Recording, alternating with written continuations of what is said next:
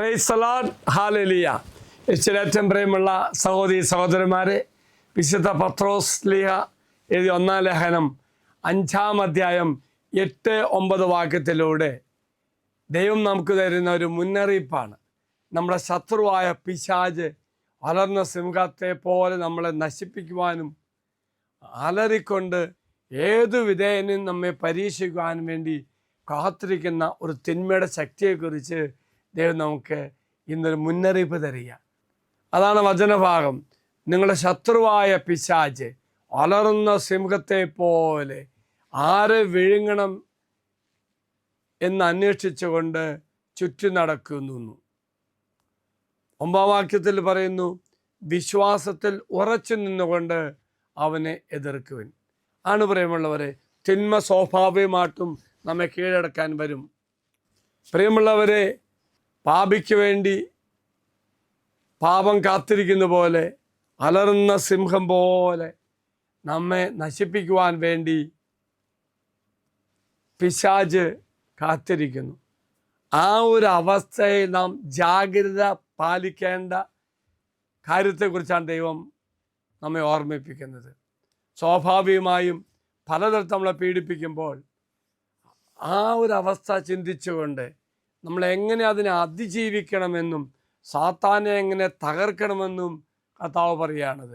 വിശ്വാസത്തിൽ ഉറച്ചു നിന്നുകൊണ്ട് നാം സാത്താനെ ചെറുക്കുവാൻ ദൈവം ഓർമ്മിപ്പിക്കുന്നു.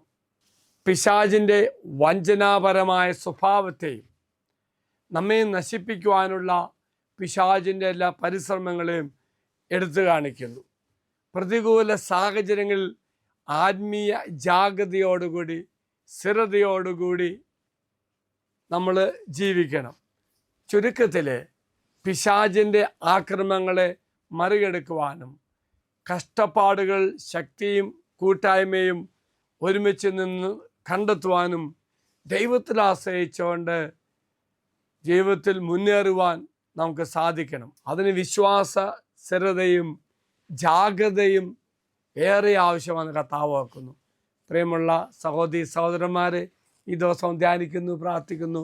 മറ്റൊന്നുമല്ല, തിന്മയുടെ സ്വാധീനങ്ങളും തിന്മ നമ്മെ നശിപ്പിക്കുവാൻ ആഗ്രഹിക്കുന്ന വഴികളും നാം തിരിച്ചറിയണം. ഒപ്പം സ്ഥിരതയോടുകൂടി വിശ്വാസത്തോടുകൂടി ഈ തിന്മയെ കീഴടക്കുവാൻ നമുക്ക് സാധിക്കണം.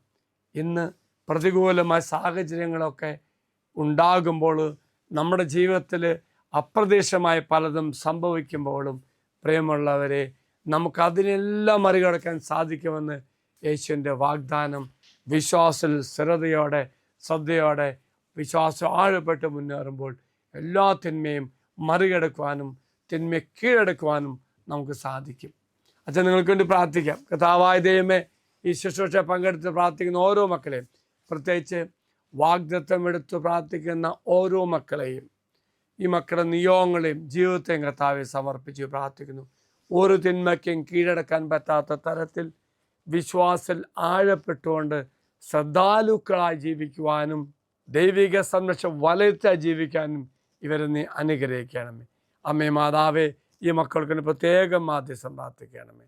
നമ്മുടെ കർത്താവായ ശമിശാകൃപയും പിതാവായ ദൈവത്തിൻ്റെ സ്നേഹവും പരിശുദ്ധാത്മാവിൻ്റെ സഹവാസവും നാം എല്ലാവരോടും കൂടി ഉണ്ടായിരിക്കട്ടെ, ഇപ്പോഴും എപ്പോഴും എന്നേക്കും. ആമേൻ. Praise the Lord.